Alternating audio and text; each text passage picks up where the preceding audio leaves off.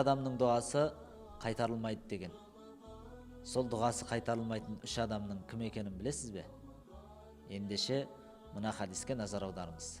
Қала Расулуллахи саллаллаху алейхи ва саллам: "Саласатун ла турадду да'ватухум. Ал-имамул адил, вас-саиму хина юфтир, ва да'ватул мазлум." Раваху Тирмизи. Имам Тирмизиден жеткен хадисте Алла елшісі саллаллаху алейхи ва саллам былай деген: 3 адамның дұғасы қайтарылмайды. Әділ басшының, ораза ұстаушының аузашар сәттегі, зұлымдыққа ұшыраушының дұғасы.